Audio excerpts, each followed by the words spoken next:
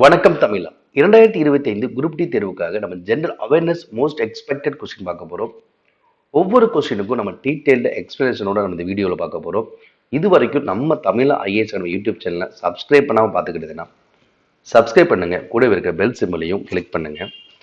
Railway தேர்வுக்காக நம்ம Tamil IAS academy ஒரு சூப்பரான ஸ்டடி பேக்கேஜ் வந்து ரெடி பண்ணியிருக்கோம். இதில் மொத்தம் 7 புக்ஸ் பிரிண்டட் மெட்டீரியலை உங்களுக்கு சென்ட் பண்ணுவோம். இது கூட உங்களுக்கு டெஸ்ட் சீரியஸ் ப்ரீவியஸ் கொஸ்டின் உங்களுக்கு வாட்ஸ்அப்பில் பிடிஎஃப் ஃபைல சென்ட் பண்ணுவோம். விருப்பமுள்ள தேர்வர்கள் இந்த எண்ணை தொடர்பு கொண்டு நீங்கள் வாங்கிக் கொள்ளலாம். ஓகே,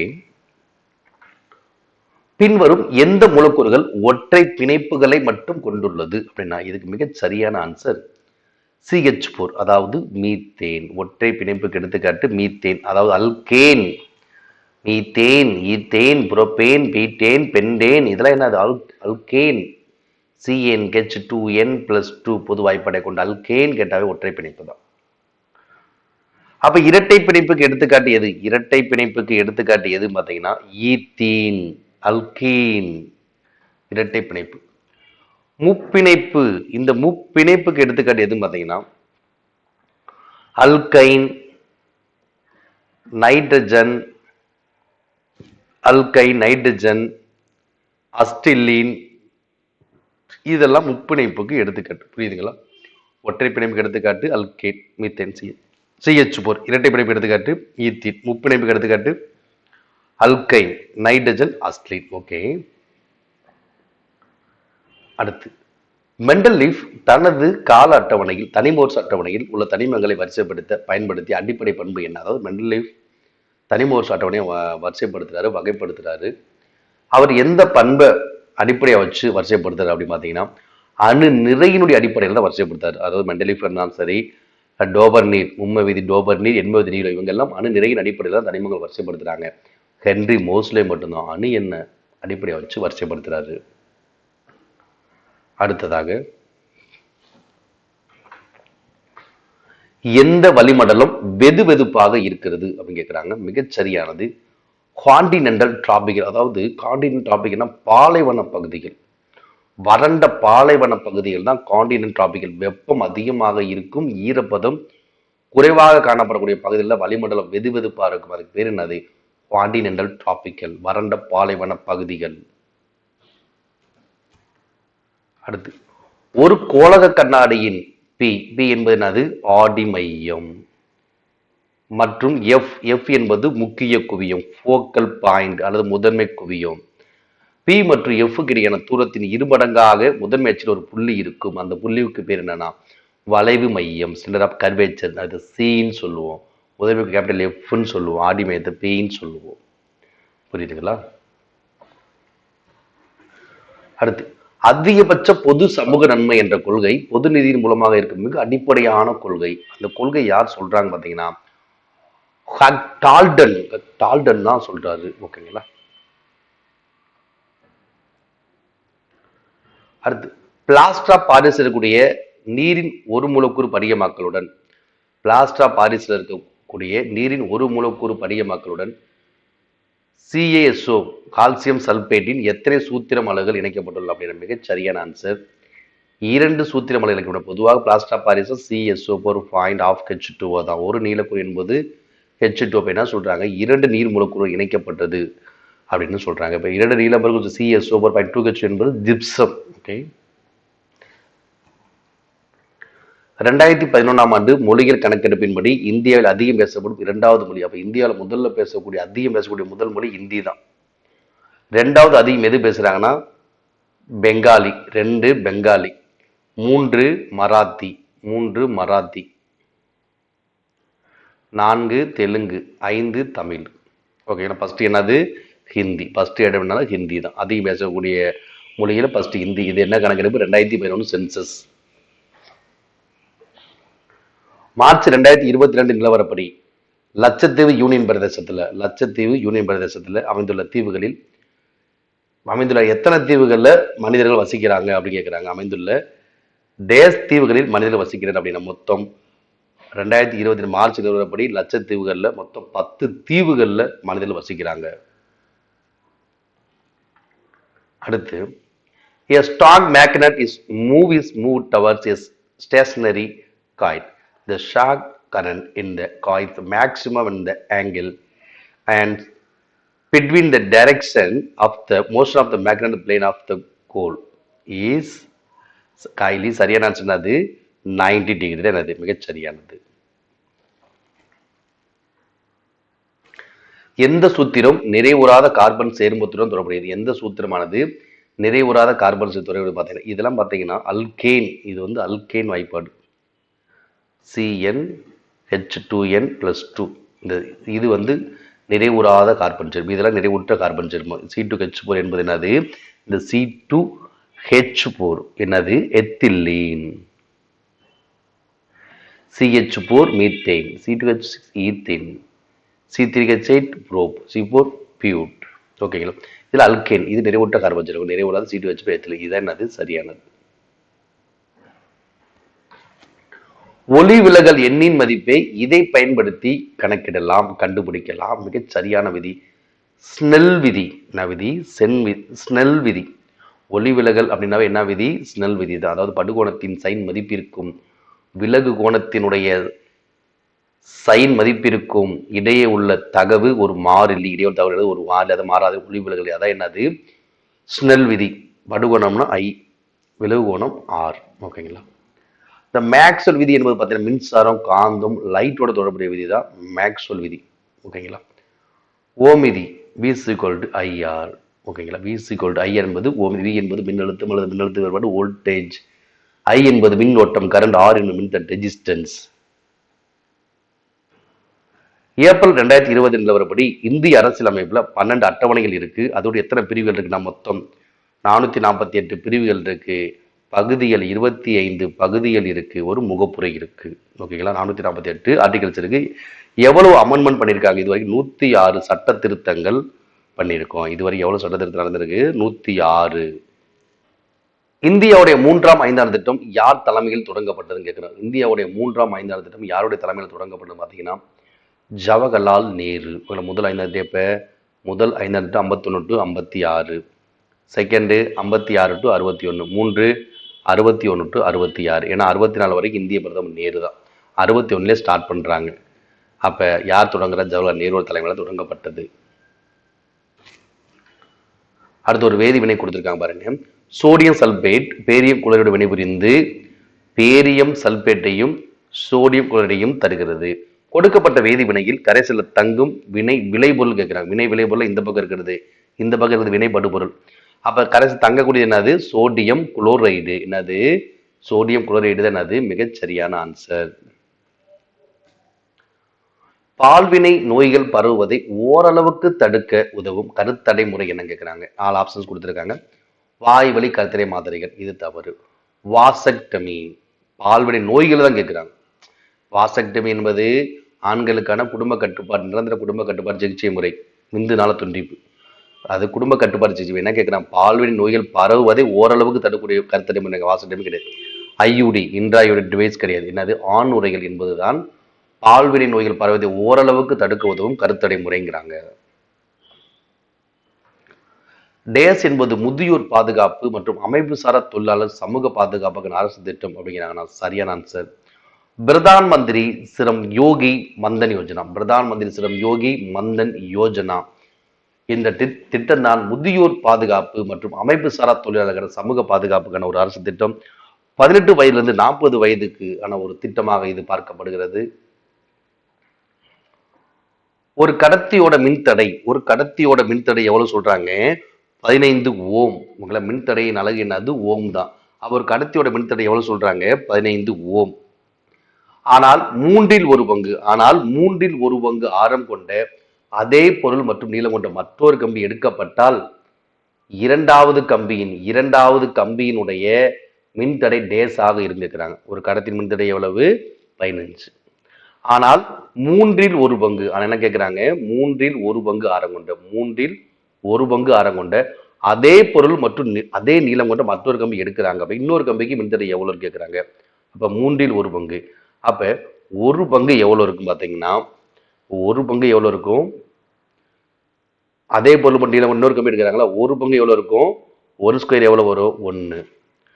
அப்ப ஒரு கடத்தி மின்தடை எவ்வளவு? 15 ஓம். அப்ப மூன்றில் ஒரு பங்கு யாரு கொண்ட அதே பொறுமையில கொண்டு மற்றொரு கம்பி எடுக்கிறாங்களே, அப்ப 3 பங்கு, ஒரு பங்கு 15 ஓம் அப்படின்னா 3 பங்கு எவ்வளவு 9. அப்ப 2வது கம்பி மின்தடை எவ்வளவு 9 இன்ட்டு 15. 9 இன்ட்டு 15 எவ்வளவு 135 ஓம். 135 ஓம் என்பதுதான் மிக சரியானது. அடுத்து magnetic field lines around the current carrying circular loop are magnetic field lines, அதாவது காந்தப்புல கோடுகளுடைய இந்த around the current carrying circular loop are சரியான ஆன்சர் concentric circles தான் அது மிகச் சரியானது. The safety device that works on the heating effect of electric current is fuse. என்னது fuse. Heating effect தரக்கூடியது ஃபியூஸ். ஃபியூஸ் என்னது உருகி. இந்த உருகி என்பது எதால் ஆக்கப்பட்டுள்ளது பார்த்தீங்கன்னா காரியம், ஈயம். இந்த காரியம் இதில் எவ்வளவு சதவீதம் பார்த்தீங்கன்னா காரியம் 37%, ஈயம் 63%. அதிக மின் தடையும் குறைந்த உருகலையும் கொண்டது அந்த பியூஸ் மின் உருகி. குவிய நீளம் ஃபோக்கல் லென்த் 20 சென்டிமீட்டர் கொண்ட குழியாடியில் இருந்து ரெப்ளெக்ஷன் மூலமாக ஒரு மாய மற்றும் நிமிர்ந்த நேரான பிம்பத்தை பெற பொருள் வைக்கப்பட வேண்டிய நிலை என்ன பார்த்தீங்கன்னா, அதாவது ஒரு 20 சென்டிமீட்டர் ஒரு குவிய தொலைவில் கூட குழியாடியில் ரிப்ளெக்ஷன் மூலமாக ஒரு நேரான மாய பிம்பம் பெறணும் அப்படின்னா பொருள் எங்கே வைக்கணும் அப்படின்னா 0 to 20 சென்டிமீட்டர் இடையில வைக்கணும். குழியாடியில் வந்துட்டு குழியாடியில் பிம்பம் தலையில மெய்பிம்பம் கிடைக்கும். ஆனால் என்ன கேட்குறாங்க, ஆடிக்கு பின்புறமாக விழுந்தாதான் நேரான மாய பிம்பம். அப்போ எங்கே வைக்கணும், எஃப்க்கும் பிக்கு இடையில வச்சாதான் நமக்கு என்ன கிடைக்கும், பியுக்கும் எஃப்க்கு இடையில 0லேருந்து 20 சென்டிமீட்டர் இடையில வச்சாதான் நமக்கு என்ன கிடைக்கும், நேரான மாய பிம்பம். குழியாடியில் பிம்பம் பின்னாடி உருவாகும், அப்போ குவியாடியில் உருவாகும். அப்போ என்ன பிம்பம், நேரான மாய பிம்பம். 1989 உள்ளாட்சி அமைப்புகளுக்கு அரசியலமைப்பு அங்கீகாரத்தை பரிந்துரைத்த கமிட்டி எது பார்த்தீங்கன்னா பி.கே. துங்கன் கமிட்டி. அப்போ பி.கே. துங்கன் கமிட்டி என்பது உள்ளாட்சி அமைப்புகளுக்கு அரசியலமைப்பு அங்கீகாரம் கொடுக்குறாங்க. எந்த வருஷம், 1989. எந்த முஸ்லிம் பண்டிகை மெக்காவிற்கு அருகில் இருக்கக்கூடிய சவுதி அரேபியாவில் உள்ள மினாவில் ஹாஜி புனித யாத்திரை சடங்கின் உச்சக்கட்டத்தை குறிக்கும் வகையில் கொண்டாடப்படுகிறதுனா ஈத் அல் அதா. ஹஜ் ஈத் அல் அதான்னு சொல்லுவாங்க. ஓகேங்களா. பின் வருவனவற்றில் எந்த இடம் கும்பமேளா என்னும் மத விழா நடைபெறும் இடம் இல்லைங்கிறார். எங்கெங்க கும்பமேளா நடக்கும், ஹரித்துவார், உஜ்ஜயினி, அலகாபாத் நடக்கும். எது பொருந்தாது, புத்தகையா தான் பொருந்தாது. இது என்னது ஆன்சர். அலகாபாத் என்ன பேரு, பிரயாக்ராஜ். அலகாபாத் என்னது, பிரயாக்ராஜ். பிரயாக்ராஜ்ல கும்பமேளா நடைபெற்றது. ஓகேங்களா. புத்தகை என்பது புத்தர் அறிவுணர்வு அடைந்த இடம் தான் புத்தகையா, பீகார்ல இருக்கு. இந்திய அரசாங்கம் நிதி பொறுப்பு மற்றும் பட்ஜெட் மேலாண்மை சட்டம் 2003 மதிப்பாய்வு செய்ய ஒரு குழுவை என்சிங் தலைமையில் அமைக்கிறாங்க. அந்த குழுவை எந்த ஆண்டு அமைச்சாங்க அப்படின்னா 2016. நிதி பொறுப்பு மற்றும் பட்ஜெட் மேலாண்மை சட்டம் 2003. இந்த சட்டத்தை மதிப்பீடு செய்யதான் ஒரு கமிட்டி அமைக்கிறாங்க. தலைமை என்சி சிங். வருஷம் 2016. பூனா ஒப்பந்தம் என்பது மகாத்மா காந்திக்கும் யாருக்கும் இடையே ஏற்படுதுனா டாக்டர் பி.ஆர். அம்பேத்கருக்கும் மகாத்மா காந்திக்கும் இடையே ஏற்பட்ட ஒப்பந்தம் பூனா அல்லது புனே ஒப்பந்தம். வகுப்புவாத அறிவிக்கையை வெளியிடுறாங்க இங்கிலாந்து பிரதமர் ராம்சே மெக்டொனால்ட் 1932. இந்த வகுப்புவாத அறிவிக்கையினால மகாத்மா காந்திக்கும் பி.ஆர். அம்பேத்கருக்கும் கருத்து வேறுபாடு வருது. இந்த கருத்து வேறுபாடை போக்குவதற்காக கொண்டு வரப்பட்ட ஒப்பந்தம் தான் இந்த பூனா ஒப்பந்தம். ஒரு கடத்தியோட நீளம் 5 மடங்கு அதிகரித்தால் பொருள் மற்றும் தடிமன் மாறாமல் இருந்தால் மின்தடை எவ்வளவு அதிகரிக்கும், அதோட அசல் மதிப்புல 5 மடங்கு ஆகும் என்பதுதான் சரி. Name the instrument used by the physicians to measure blood pressure. அதாவது ரத்த அழுத்தத்தை அளவிடக்கூடிய கருவியாக எதை பயன்படுத்துறாங்க, blood pressure. ஓகேங்களா. அதாவது name the instrument used by the physician to measure blood pressure. ரத்த அழுத்தத்தை அளவிடக்கூடிய கருவி என்னது, ஸ்பிக்மோனோமீட்டர். இதய துடிப்பு சம்பந்தமாக இதய துடிப்பு அளவிடக்கூடிய ஸ்டெதஸ்கோப். இதயத்தின் செயல்பாட்டு கோளாறுகளை ECG, echo cardiograph. Blood pressure, ரத்த அழுத்தம், ஸ்பிக்மோனோமீட்டர் தான் சரி. உயிரணுவின் உட்கருவை தவிர எந்த 2 செல் உறுப்புகள் அப்படின்னு சொந்த டிஎன்ஏ மற்றும் ரைபோசோம்களை கொண்டுள்ளன அப்படின்னா பிளாஸ்டிட்டுகள், மைட்டோகாண்ட்ரியா. பிளாஸ்டிட் மற்றும் மைட்டோகாண்ட்ரியா. பிளாஸ்டிட் என்னன்னா தாவரங்களுடைய செல் மற்றும் பாசிகளில் சூழப்பட்டுள்ள இரு சவ்வுகளால் காணப்படுவது பிளாஸ்டிட். மைட்டோகாண்ட்ரியா செல்லுக்கு தேவையான ஆற்றலை வழங்கக்கூடியது. மைட்டோகாண்ட்ரியா சுவாசத்தை வழங்கக்கூடியது. கீழே உள்ள அறிக்கைகளை கருத்தில் கொண்டு சரியான பதிலை கண்டறியும். அறிக்கை 1, அறிக்கை 2. அறிக்கை 1, தொட்டால் எரிச்சலூட்டுகிற சிறு காஞ்சோரி இலைகள். அந்த இலைகளோட முடிகள் மெத்தனோயிக் அமிலத்தை செலுத்தி எரிச்சலூட்டும். மெத்தனோயிக் அமிலத்தை என்ன செய்யுது? எரிச்சலூட்டுங்கிறாங்க. இது சரிதான். குத்தப்பட்ட இடத்துல பேக்கிங் சோடா என்ற மின் தரங்களை பயன்படுத்தலாம், நிவாரணம் அளிக்கலாம். அதாவது 2 ஸ்டேட்மெண்ட் தனித்தனியாக கொடுத்துருக்காங்க. அதாவது ஏதாவது குத்துச்சு அப்படின்னா ஒரு பேக்கிங் சோடா பயன்படுத்தி, பேக்கிங் சோடா என்பது காரம் பயன்படுத்த நிவாரணம் கிடைக்கும். இதுவும் சரிதான், இதுவும் சரிதான். காஞ்சோரி இலைகள் அமிலத்தை உண்டாக்கி வலி ஏற்படுத்துது, காரம் சரி பண்ணுது. ரெண்டுமே சரிதான். பட் இதுக்கான விளக்கம் இது கிடையாது. அப்ப ரெண்டுமே அது சரியானது, தொடர்புடையது அல்ல. அடுத்து, மாறும் விகித விளைவு விதியின்படி ஒரு மாறும் காரணியின் கூடுதல் அலகுகள் நிலையான காரணிகள் மற்றும் தொழில்நுட்பத்தின் கொடுக்கப்பட்ட நிலையோடு இணைக்கப்படுவதால் மாறும் காரணியின் இறுதிநிலை தயாரிப்பு எப்படி இருக்கும்? அதை நாம் முதல் அதிகரிக்கும், பிறகு குறையும். அது ஒன்றுக்கொண்டு இணையாக உள்ள நீலம் மற்றும் ஆரஞ்சு ஒளிகள் முப்பட்ட கண்ணாடி வழியாக அனுப்பப்படும் போது என்ன நடக்கும் பார்த்தீங்கன்னா, ஒன்றுக்கொண்டு இணையாக இருக்கக்கூடிய நீலத்தையும் ஆரஞ்சு நிற ஒளியையும் நம்ம முப்பட்ட கண்ணாடி அனுப்பணும் அப்படின்னா அதிகமாக விலகடைவது நீலக்கதிர் தான். ஏன்னா குறைந்த அலைநிலமுடைய நீலக்கதிர் நீலம் அதிகமாக விலகடையும், அதிக அலைநிலமுடைய சிவப்பு குறைவான விலகல் அடையும். ஓகே. இமயமலையின் வெளிப்புறமான சிவாலிக் மலைகள். சிவாலிக் மலைகள் என்பது இமயமுடைய வெளிப்புற மலை என்று அழைக்கப்படக்கூடியது. இந்த சிவாலிக் மலை உயரம் எவ்வளவு? 900 மீட்டர்லிருந்து 1100 மீட்டர் உயரம் வரை. ஒரு செல்லில் 6 கார்பன் மூலக்கூறான குளுக்கோஸ் 3 கார்பன் மூலக்கூறான பைருவேட்டாக சிதைவடையும். அந்த செயல்முறை எங்க நடக்கும் பார்த்தீங்கன்னா சைட்டோபிளாசஸ். எங்க? சைட்டோபிளாசம். காற்று சுவாசத்துல காற்று சுவாச படிநிலை கிளைக்காலிசிஸ் எங்க நடக்குது? சைட்டோபிளாசம். கிரெப்ஸ் சுழற்சி, மைட்டோகாண்ட்ரியா. இந்த சைட்டோபிளாசத்துல 6 கார்பன் மூலம் குளுக்கோஸ் 3 கார்பன் பைருவேட்டாக சிதைவடையும். சைட்டோபிளாசம் அது சரியானது. பின் வருவனவற்றில் எது புவி வெப்பமடைதலுக்கு வழிவகுக்கும்னா, காற்றுல கார்பன் டை ஆக்சைடு சதவீதம் அதிகரிச்சாவே உலக வெப்பமயமாதலுக்கு வழிவகுக்கிறது. புவி வெப்பமடைதலுக்கு காரணமாகிறது. காரணம் கார்பன் டை ஆக்சைடு அதிகரிப்பது. அணு எண்கள் முறையே 15, 16, 17, 18 ஆய்வில் கொண்ட தனிமங்கள். அப்ப அணு எண் 15 என்னது? பாஸ்பரஸ், 16 கந்தகம், 17 குளோரின், 18 ஆர்கான். தனியாகவும் கேட்பாங்க. எடுத்துக்கிட்ட ஆர்கானோட அணு எண் எத்தனை அப்படிங்க. அணு எண் தெரிஞ்சா எலக்ட்ரான் அமைப்பு அல்லது எலக்ட்ரான் பரிமாணம் கண்டுபிடிக்கலாம். அதை வச்சு இணைதிறனையும் கண்டுபிடிச்சிடலாம்.